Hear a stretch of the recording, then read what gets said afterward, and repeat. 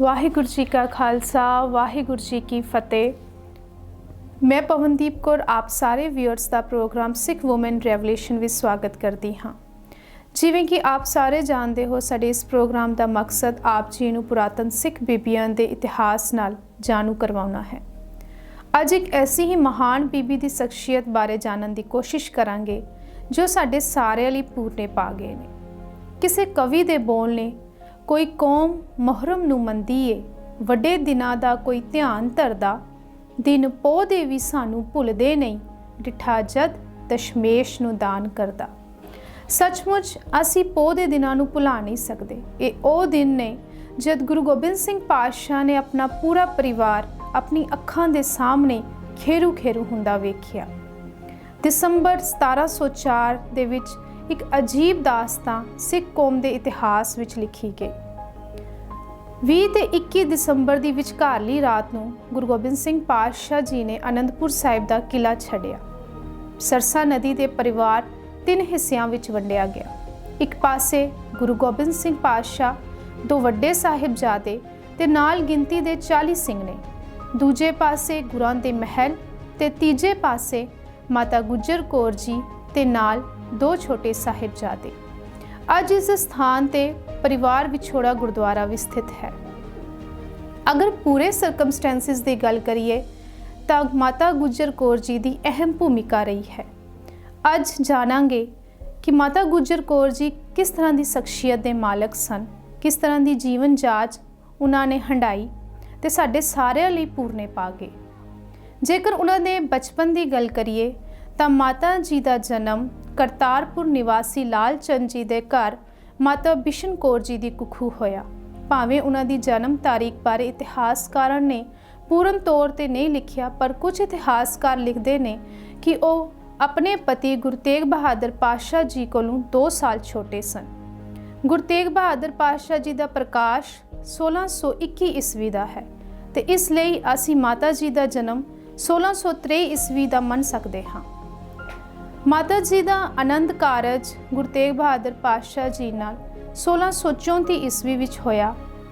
कहते ने कि जद गुरु हरगोबिंद पातशाह अपने वड्डे पुत्र सूरजमल की बरात लैके करतारपुर साहिब गए ने तां उत्थे उन्होंने गुरु तेग बहादुर पातशाह ते माता गुजर कौर जी की मंगनी कर दिती ते 1634 ईस्वी विच आप जी का आनंद कारज गुरु तेग बहादुर पातशाह जी नाल कर दिता।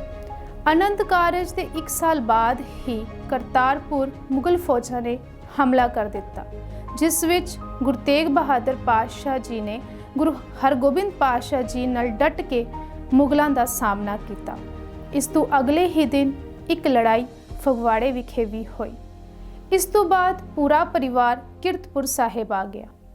इत्थे तकरीबन माता जी 9 साल सोहरे परिवार अंदर रहे ने, संगतां की सेवा करते रहे ने ते इस दे नाल नाल अपने फर्जां की भी पूर्ति करते रहे ने। माता जी नूं ਤੋਰਨ समय उन्हां दी माता बिशन कौर जी ने कुछ अल्फाज कहे सन, जिसनों इतिहासकार इस तरह लिखते हैं। बिशन कौर जी ने माता जी नूं कहा कि अपने फर्जां की पूर्ति करते हुए अपने नाम नूं भी सार्थक करना। जिवें अज भी मावां अपनी बच्चियों नूं ਤੋਰਨ समय समझाउंदियां ने कि सोहरे परिवार अंदर विचरना किवें है।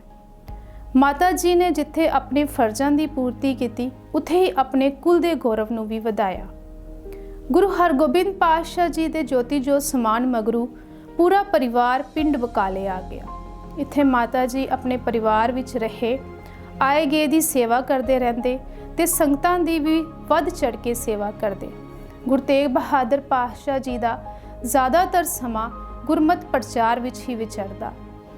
हुण आनंद कारज नूं काफ़ी लंबा समा हो चुका है, पर घर बच्चे की दात प्राप्त नहीं हुई। जद असी आम दुनियावी रिश्तियां विच वेखदे हाँ तो किसी भी बच्चे बच्ची का जब आनंद कारज होंदा है तो कुछ समय बाद साडी आस होंदी है माता पिता बनन दी, पर माता जी के घर तकरीबन आनंद कारज तो 32 कुछ सालों बाद गुरु गोबिंद सिंह पातशाह का प्रकाश होया। कितना लंबा समा माता जी ने सबर ते संतोख नाल गुजारिया। अज जब साडे घर बच्चा या बच्ची की दात ना प्राप्त होए तो नैगेटिविटी सानू घेर लेंदी है। ਅਸੀਂ ਮਾਨਸਿਕ ਤੌਰ ਤੇ ਕਮਜ਼ੋਰ ਹੋ ਜਾਂਦੇ ਹਾਂ। ਪਰ ਧੰਨ ਸੀ ਉਹ ਮਾਂ ਜਿਸ ਦਾ ਇੰਨਾ ਵੱਡਾ ਜ਼ਿਕਰਾ, ਇਤਨੀ ਦਲੇਰੀ। ਜੇਕਰ ਮਾਤਾ ਜੀ ਦੇ ਘਰ ਬੱਚੇ ਦੀ ਦਾਤ ਪ੍ਰਾਪਤ ਨਹੀਂ ਹੋਈ ਤਾਂ ਇੱਕ ਦਾਤ ਉਹ ਪ੍ਰਾਪਤ ਕਰ ਚੁੱਕੇ ਸਨ। ਤੇਰਾ ਕੀਆ ਮਿੱਠਾ ਲਾਗੇ। ਉਹ ਪਰਮਾਤਮਾ ਦੇ ਹੁਕਮ ਵਿੱਚ ਰਹਿਣਾ ਹੀ ਮਨਜ਼ੂਰ ਕਰ ਚੁੱਕੇ ਸਨ, ਕਿਉਂਕਿ ਉਹ ਜਾਣਦੇ ਸਨ ਜੰਮਣਾ ਤੇ ਮਰਨਾ ਪਰਮਾਤਮਾ ਦੇ ਹੁਕਮ ਵਿੱਚ ਹੈ। ਮਾਤਾ ਜੀ ਨੇ ਸਿਰਫ ਸੰਗਤਾਂ ਦੀ ਸੇਵਾ ਨਹੀਂ ਕੀਤੀ ਜਾਂ ਸਹੁਰੇ ਪਰਿਵਾਰ ਅੰਦਰ ਰਹਿੰਦੇ ਹੋਏ ਆਪਣੇ ਫਰਜ਼ਾਂ ਦੀ ਪੂਰਤੀ ਨਹੀਂ ਕੀਤੀ, ਬਲਕਿ ਉਹ ਕੌਮ ਦਾ ਵੀ ਪ੍ਰਚਾਰ ਵੱਧ ਚੜ੍ਹ ਕੇ ਕਰਦੇ ਰਹੇ ਨੇ। ਇਤਿਹਾਸਕਾਰ ਲਿਖਦੇ ਨੇ ਕਿ ਉਹਨਾਂ ਨੇ ਕੌਮ ਦੇ ਪ੍ਰਚਾਰ ਵਿੱਚ ਵੀ ਆਪਣਾ ਬਹੁਤ ਵੱਡਾ ਯੋਗਦਾਨ ਪਾਇਆ ਹੈ।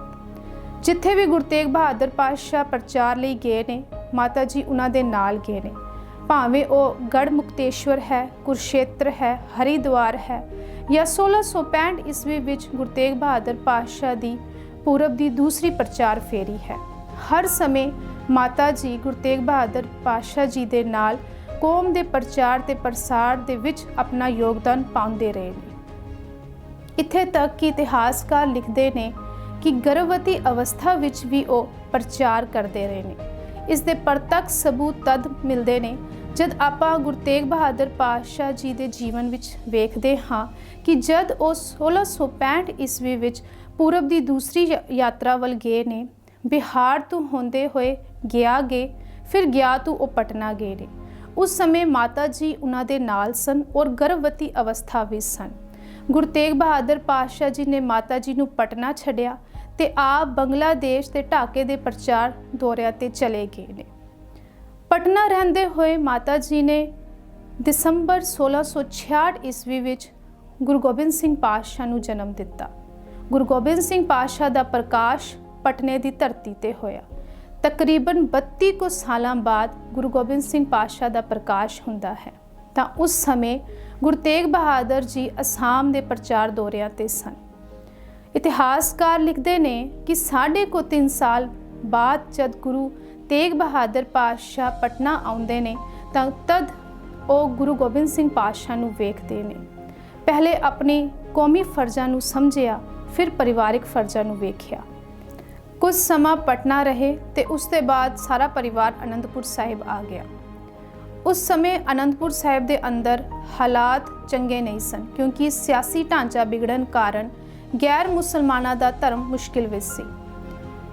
ਆਪਾਂ ਸਾਰੇ ਜਾਣਦੇ ਹਾਂ ਕਿ ਕਿਵੇਂ ਕਸ਼ਮੀਰੀ ਪੰਡਤ ਗੁਰੂ ਤੇਗ ਬਹਾਦਰ ਪਾਤਸ਼ਾਹ ਜੀ ਕੋਲ ਆਉਂਦੇ ਨੇ ਕਿ ਉਹਨਾਂ ਦੇ ਧਰਮ ਨੂੰ ਬਚਾਇਆ ਜਾਏ, ਤਾਂ ਗੁਰੂ ਤੇਗ ਬਹਾਦਰ ਪਾਤਸ਼ਾਹ ਦੂਜੇ ਧਰਮ ਦੀ ਰੱਖਿਆ ਲਈ, ਸੱਚ ਦੀ ਰੱਖਿਆ ਲਈ, ਸੱਚ ਤੇ ਹੱਕ ਦੀ ਲੜਾਈ ਲਈ ਆਪਣੇ ਆਪ ਨੂੰ ਦਿੱਲੀ ਵੱਲ ਤੋੜਦੇ ਨੇ।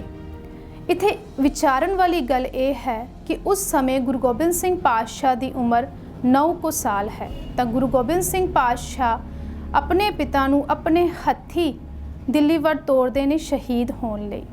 ਜਦ ਅੱਜ ਅਸੀਂ ਆਪਣੇ ਬੱਚਿਆਂ ਵੱਲ ਝਾਤ ਮਾਰਦੇ ਹਾਂ ਤਾਂ ਉਹ ਜਜ਼ਬਾ, ਉਹ ਦਲੇਰੀ ਅੱਜ ਨਜ਼ਰ ਨਹੀਂ ਆ ਰਹੀ ਜੋ ਗੁਰੂ ਗੋਬਿੰਦ ਸਿੰਘ ਪਾਤਸ਼ਾਹ ਦੇ ਅੰਦਰ ਮਾਤਾ ਗੁਜਰ ਕੌਰ ਜੀ ਨੇ ਭਰੀ ਸੀ। ਸਿਰਫ ਇਤਨਾ ਹੀ ਨਹੀਂ, ਸੀਤਲ ਸਿੰਘ ਸੋਹਣ ਆਪਣੀ ਕਿਤਾਬ ਅੰਦਰ ਲਿਖਦੇ ਨੇ ਕਿ ਭਾਰਤ ਦੀ ਪ੍ਰਤੀਬਰਤਾ ਇਸਤਰੀ ਆਪਣੇ ਪਤੀ ਦਾ ਵਿਛੋੜਾ ਕੁਝ ਛਣ ਲਈ ਵੀ ਸਹਿਣ ਨਹੀਂ ਕਰ ਸਕਦੀ, ਪਰ ਕਿਸ ਦਲੇਰੀ ਤੇ ਹਿੰਮਤ ਨਾਲ ਮਾਤਾ ਜੀ ਨੇ ਗੁਰੂ ਤੇਗ ਬਹਾਦਰ ਪਾਤਸ਼ਾਹ ਨੂੰ ਤੋਰਿਆ ਹੋਵੇਗਾ, ਇਸ ਦੀ ਮਿਸਾਲ ਨਹੀਂ ਦਿੱਤੀ ਜਾ ਸਕਦੀ, ਕੇਵਲ ਕਿਆਸ ਕੀਤਾ ਜਾ ਸਕਦਾ ਹੈ। ਸੱਚਮੁੱਚ ਕਿਤਨੀ ਦਲੇਰੀ ਤੇ ਹਿੰਮਤ ਉਸ ਪਤਨੀ ਦੇ ਅੰਦਰ ਸੀ ਜੋ ਆਪਣੇ ਪਤੀ ਨੂੰ ਤੋੜ ਰਹੀ ਹੈ, ਇਹ ਜਾਣਦੇ ਹੋਏ ਕਿ ਉਸ ਦਾ ਪਤੀ ਫਿਰ ਇਸ ਘਰ ਦੀ ਦਹਲੀਜ਼ ਉੱਤੇ ਕਦਮ ਨਹੀਂ ਰੱਖੇਗਾ। ਧੰਨ ਸੀ ਉਹ ਮਾਂ ਤੇ ਧੰਨ ਸੀ ਉਹ ਪਤਨੀ। ਸਿਰਫ ਇਤਨਾ ਹੀ ਨਹੀਂ, ਪਹਿਲੇ ਦਿੱਲੀ ਖੌਫਨਾਕ ਸ਼ਹੀਦੀ ਹੋਈ, ਫਿਰ ਸੀਸ ਅਨੰਦਪੁਰ ਸਾਹਿਬ ਪੁੱਜਿਆ।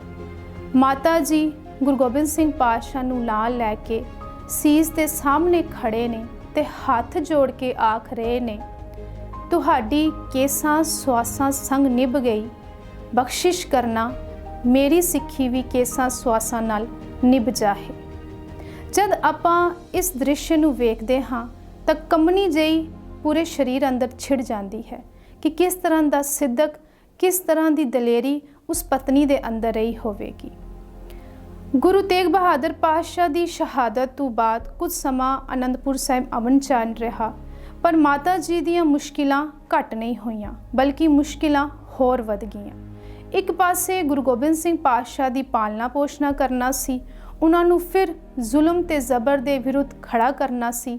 दूजे पासे उन्हां लोकां दा सामना करना सी जो गुरु घर की विचारधारा नूं खत्म करना चाहुंदे सन। एक पासे वो लोग सन जो सिखां नूं जड़ तो मिटा देना चाहते सन, ते इन्हां सारियां दे टाकरे लई खड़ी सी वो माँ माता गुजर कौर जी। और इतिहास इस गल का गवाह है कि जिथे उन्होंने गुरु गोबिंद सिंह पातशाह वर्गी शख्सियत नूं समाज के सामने खड़ा किया, उत्थे ही अपने हर फर्जां की पूर्ति नूं बड़े सोहने ढंग नाल निभाया। पुत्र तो लैके पोतरियां तक माता जी ने हर फर्ज इतनी खूबसूरत ढंग नाल निभाया कि जो साडे सारिਆਂ ਲਈ अज रोल मॉडल बन चुके ने। जद असी माता जी ਦੀ शख्सियत ਨੂੰ ਇੱਕ ਦਾਦੀ ਦੇ ਰੂਪ ਵਿੱਚ ਵੇਖਦੇ ਹਾਂ ਤਾਂ ਇਤਿਹਾਸ ਨੂੰ ਪੜ੍ਹਦਿਆਂ ਸਾਡੀਆਂ ਅੱਖਾਂ ਨਬ ਹੋ ਜਾਂਦੀਆਂ ਨੇ ਕਿ ਕਿਵੇਂ ਸਰਸਾ ਨਦੀ ਦੇ ਵਿਛੋੜੇ ਤੋਂ ਬਾਅਦ ਮਾਤਾ ਜੀ ਦੋ ਛੋਟੇ ਸਾਹਿਬਜ਼ਾਦਿਆਂ ਨੂੰ ਨਾਲ ਲੈ ਕੇ ਜੰਗਲ ਦਾ ਪੈਂਡਾ ਤੈਅ ਕਰਦੇ ਨੇ। ਜੰਗਲ ਦਾ ਪੈਂਡਾ ਤੈਅ ਕਰਦੇ ਹੋਏ ਬੱਚਿਆਂ ਦੇ ਮਨ ਦੀ ਅੰਦਰ ਦੀ ਵੇਦਨਾ ਨੂੰ ਅੱਲਾ यार खान जोगी अपने अल्फाजां विच लिखदा है। दादी से बोले अपने सिपाही किधर गए, दरिया पे छोड़कर वो राही किधर गए, तड़पा के हाय सुरत माही किधर गए, अभा बगा के लश्कर वो शाही किधर गए, बाई भी भूल गए हमें शोक जंग में, अपना ख्याल ना रहा जोग तुफंग में। किवें जंगल का लंबा रस्ता तय करन तो बाद 21 दसंबर की रात वो कुम्मे माशकी की झुग्गी विच गुजारते हैं। कुछ इतिहासकारां ने 22 दसंबर लिखा है, पर जेकर 27 दसंबर की शहादत है तो 21 दसंबर की रात उन्होंने कुंभे माशकी की झुग्गी विच गुजारी। अगले दिन 22 दसंबर नूं गंगू ब्राह्मण माता जी नूं अपने पिंड सहेड़ी ले जाता है, जिसका नाम उन खेड़ी पिंड रखा गया है। गंगू ब्राह्मण की बेईमानी करके माता जी ते जो दो छोटे साहिबजादियां नूं मुरिंडे का सूबेदार गिरफ्तार कर लेंदा है। गंगू की बेईमानी ना भुलन वाला किरदार है, जिसकी बेईमानी बारे अल्लाह यार खान जोगी लिखदा है, दुनिया में अपने नाम को बदनाम कर गया, दुश्मन भी जो ना करता वो ये काम कर गया। गंगू की बेईमानी तो बाद माता जी नूं गिरफ्तार कर दिता गया। मुरिंडे का थानेदार माता जी नूं गिरफ्तार करके मुरिंडे की जेल दे विच लै जांदा है। उस तो बाद उन्हां नूं बस्सी दे थाने विच भेज दिता जाता है, ते बस्सी तो बाद फिर उन्हां नूं सरहंद ले जाया जाता है। इतिहासकार लिखते ने इस पूरे पैंडे के दौरान उन्हां नूं कई तसीहे दिते गए ताकि वो अपना धर्म छड्ड दें, पर बच्चे ते माता जी अपने धर्म ते अडोल रहे। सूबे की कचहरी विच छोटे बच्चों की पेशी होंदी है। उस तो पहला उन्होंने ठंडे बुरज विच रखा जाता है, जो एक बहुत वड्डा तसीहा सी। 25 दसंबर नूं छोटे साहिबजादियां की पेशी सूबे की कचहरी विच हुई। कई लालच कई डरावे उन्होंने दिते गए, पर वो अपने धर्म ते हक ते सच लई अडोल रहे। फिर उन्होंने बुरज विच दादी कोल भेज दिता गया। फिर दादी उन्होंने सिੱਖੀ ਦੀ ਸਿੱਖਿਆ ਦਿੰਦੀ ਹੈ कि किवें उन्हां दे दादियां परदादियां ने धर्म ते हक ते सच लई हमेशा शहादत नूं कबूल किया है। 26 दसंबर नूं फिर सूबे की कचहरी विच साहिबजादियां दी दूजी पेशी हुई। फिर उन्हां नूं लालच ते डरावे दिते गए, पर वो अपने सिदक दे अडोल रहे, वो थिड़के नहीं। 27 दसंबर नूं साहिबजादियां दी तीजी पेशी कचहरी विच हुई। फिर उही सिलसिला उन्हां दे नाल शुरू होया। कई डरावे ते कई लालचां उन्हां नूं दित्तियां गईयां, पर वो धर्म तों हटे नहीं, बल्कि सूबे नूं जवाब देंदे ने, ओए सूबिया परबत दाबिया नाल हिल नहीं जांदे, पुत्तर होण शेर बबरां दे भेडां विच रल नहीं जांदे। उन्हां दे सिदक अगे वड्डी हकूमत भी गोडे टेक गई। आखिर काजी ते कहण ते फतवा जारी होया ते वजीर खान ने उन्होंने नीहां विच चिनाउण दा हुक्म दे दिता। नीहां विच चिनाउण तो बाद जद कंध डिग पई ਤਾਂ ਦੋਵੇਂ ਸਾਹਿਬਜ਼ਾਦਿਆਂ ਦੀ ਸਾਹ ਰਗ ਕੱਢ ਕੇ ਉਹਨਾਂ ਨੂੰ ਸ਼ਹੀਦ ਕਰ ਦਿੱਤਾ ਗਿਆ। ਇਤਿਹਾਸਕਾਰ ਲਿਖਦੇ ਨੇ ਬਾਬਾ ਜ਼ੋਰਾਵਰ ਜੀ ਤਾਂ ਉਸੇ ਸਮੇਂ ਸ਼ਹਾਦਤ ਪਾ ਗਏ, ਪਰ ਬਾਬਾ ਫਤਿਹ ਸਿੰਘ ਜੀ 13 ਮਿੰਟ ਤੜਫਦੇ ਰਹੇ। 13 ਮਿੰਟ ਉਹਨਾਂ ਦੇ ਹੱਥ ਪੈਰ ਹਿਲਦੇ ਰਹੇ, ਉਸ ਤੋਂ ਬਾਅਦ ਜਾ ਕੇ ਉਹਨਾਂ ਦੀ ਸ਼ਹਾਦਤ ਹੋਈ। ਇਸ ਤਰ੍ਹਾਂ ਦਾ ਕਿਰਦਾਰ ਸੀ 7 ਤੇ 9 ਸਾਲ ਦੇ ਬੱਚਿਆਂ ਦਾ, ਜੋ ਸਾਡੇ ਸਾਰਿਆਂ ਲਈ ਅੱਜ ਪੂਰਨੇ ਪਾ ਗਏ ਨੇ। ਇਸ ਤੋਂ ਬਾਅਦ ਮਾਤਾ ਗੁਜਰ ਕੌਰ ਜੀ ਨੂੰ ਵੀ ਠੰਡੇ ਬੁਰਜ ਵੀ ਸ਼ਹੀਦ ਕਰ ਦਿੱਤਾ ਗਿਆ, ਪਰ ਉਹਨਾਂ ਦੀ ਸ਼ਹਾਦਤ ਨੂੰ ਲੈ ਕੇ ਇਤਿਹਾਸਕਾਰਾਂ ਨੇ ਅਲੱਗ-ਅਲੱਗ ਕਾਰਨ ਲਿਖੇ ਨੇ। ਕਈਆਂ ਨੇ ਕਿਹਾ ਕਿ ਉਹਨਾਂ ਨੇ ਹੀਰਾ ਚੱਟ ਕੇ ਆਪਣੇ ਪ੍ਰਾਣ ਤਿਆਗ ਦਿੱਤੇ, ਕਈਆਂ ਨੇ ਕਿਹਾ ਕਿ ਉਹਨਾਂ ਨੇ ਜੋਗਮਤ ਦੁਆਰਾ ਆਪਣੇ ਸਵਾਸਾਂ ਨੂੰ ਉਤਾਂ ਚਾੜ ਕੇ ਆਪਣੇ ਪ੍ਰਾਣ ਤਿਆਗ ਦਿੱਤੇ, ਕਈਆਂ ਨੇ ਕਿਹਾ ਕਿ ਉਹਨਾਂ ਨੇ ਕੰਧ ਦੇ ਨਾਲ ਸਿਰ ਮਾਰ ਕੇ ਆਪਣੇ ਆਪ ਨੂੰ ਖਤਮ ਕਰ ਦਿੱਤਾ। ਪਰ ਜਦ ਅਸੀਂ ਮਾਤਾ ਗੁਜਰ ਕੌਰ ਜੀ ਦੀ ਸ਼ਖਸੀਅਤ ਨੂੰ ਵੇਖਦੇ ਹਾਂ ਤਾਂ ਉਹ ਇਤਨੇ ਕਮਜ਼ੋਰ ਨਹੀਂ ਸਨ ਕਿ ਉਹ ਆਪਣੇ ਆਪ ਨੂੰ ਖਤਮ ਕਰ ਦਿੰਦੇ। ਉਹਨਾਂ ਦੇ ਅੰਦਰ ਜਜ਼ਬਾ ਤਾਂ ਦਲੇਰੀ ਸਾਨੂੰ ਸ਼ੁਰੂ ਤੋਂ ਹੀ ਦੇਖਣ ਤੋਂ ਮਿਲੀ ਹੈ। ਉਹਨਾਂ ਨੂੰ ਕਿਸੇ ਨਾ ਕਿਸੇ ਤਰ੍ਹਾਂ ਸ਼ਹੀਦ ਕਰ ਦਿੱਤਾ ਗਿਆ ਔਰ ਇਹ ਸਾਰੀਆਂ ਗੱਲਾਂ ਉਸ ਸਮੇਂ ਦੀ ਹਕੂਮਤ ਨੇ ਫੈਲਾਈਆਂ। ਅੱਜ ਵੀ ਸਰਕਾਰਾਂ ਆਪਣੇ ਕੁਕਰਮਾਂ ਨੂੰ ਛੁਪਾਉਣ ਲਈ ਪਰਦਾ ਪਾਉਂਦੀਆਂ ਨੇ ਤੇ ਉਸ ਸਮੇਂ ਵੀ ਆਪਣੇ ਕੁਕਰਮਾਂ ਨੂੰ ਛੁਪਾਉਣ ਲਈ ਸਰਕਾਰਾਂ ਵੱਲੋਂ ਪਰਦੇ ਪਾਏ ਗਏ ਔਰ ਇਹ ਸਾਰੀਆਂ ਗੱਲਾਂ ਫੈਲਾਈਆਂ ਗਈਆਂ। ਇਸ ਤਰ੍ਹਾਂ ਮਾਤਾ ਜੀ ਸ਼ਹੀਦ ਹੋ ਗਏ ਤੇ ਸਾਡੇ ਸਾਰਿਆਂ ਲਈ ਪੂਰਨੇ ਪਾ ਗਏ। ਇਸ ਤਰ੍ਹਾਂ ਦੀ ਸ਼ਖਸੀਅਤ ਸੀ ਮਾਤਾ ਗੁਜਰ ਕੌਰ ਜੀ ਦੀ, ਜੋ ਬਚਪਨ ਤੋਂ ਲੈ ਕੇ ਅਖੀਰ ਤੱਕ ਹਮੇਸ਼ਾ ਚੜ੍ਹਦੀ ਕਲਾ ਵਿੱਚ ਰਹੇ, ਢਹਿੰਦੀ ਕਲਾ ਵੱਲ ਨਹੀਂ ਗਏ। ਉਹਨਾਂ ਨੇ ਪਰਮਾਤਮਾ ਦੇ ਭਾਣੇ ਵਿੱਚ ਰਹਿਣਾ ਮਨਜ਼ੂਰ ਕੀਤਾ, ਪਰਮਾਤਮਾ ਨਾਲ ਜੁੜੇ ਰਹੇ ਔਰ ਇਸ ਸਾਰੇ ਦੇ ਪਿੱਛੇ ਇੱਕ ਹੀ ਸ਼ਕਤੀ ਕੰਮ ਕਰ ਰਹੀ ਸੀ, ਉਹ ਸੀ ਨਾਮ ਦੀ ਸ਼ਕਤੀ। ਉਹਨਾਂ ਦੇ ਅੰਦਰ ਗੁਰਬਾਣੀ ਸੀ ਜੋ ਇੱਕ ਸ਼ਕਤੀ ਰੂਪ ਵਿੱਚ ਉਹਨਾਂ ਨੂੰ ਹਮੇਸ਼ਾ ਚੜ੍ਹਦੀ ਕਲਾ ਵਿੱਚ ਰੱਖੇ ਹੋਏ ਸੀ। ਆਓ ਆਪਾਂ ਸਾਰੇ ਵੀ ਮਾਤਾ ਗੁਜਰ ਕੌਰ ਜੀ ਦੀ ਸ਼ਖਸੀਅਤ ਤੋਂ ਸੇਧ ਲੈ ਕੇ ਆਪਣੇ ਜੀਵਨ ਨੂੰ ਇਸੇ ਤਰ੍ਹਾਂ ਸਿੱਖੀ ਦੇ ਮਾਰਗ ਉੱਤੇ ਤੋਰਦੇ ਰਹੀਏ ਤੇ ਆਪਣੇ ਜੀਵਨ ਨੂੰ ਇਸ ਸੰਸਾਰ ਅੰਦਰੋਂ ਸਫਲਾ ਕਰਕੇ ਜਾਈਏ। ਬੱਚਿਆਂ ਦੀ ਤੇ ਮਾਤਾ ਗੁਜਰ ਕੌਰ ਜੀ ਦੀ ਸ਼ਹਾਦਤ ਨੂੰ ਐਵੇਂ ਹੀ ਨਾ ਵਿਸਾਰ ਦਈਏ। ਅਗਲੇ ਪ੍ਰੋਗਰਾਮ ਵਿੱਚ ਇੱਕ ਹੋਰ ਸ਼ਖਸੀਅਤ ਨੂੰ ਆਪ ਜੀ ਦੇ ਰੂਬਰੂ ਕਰਾਉਣ ਦਾ ਯਤਨ ਕਰਾਂਗੇ। ਵਾਹਿਗੁਰੂ ਜੀ ਕਾ ਖਾਲਸਾ, ਵਾਹਿਗੁਰੂ ਜੀ ਕੀ ਫਤਿਹ।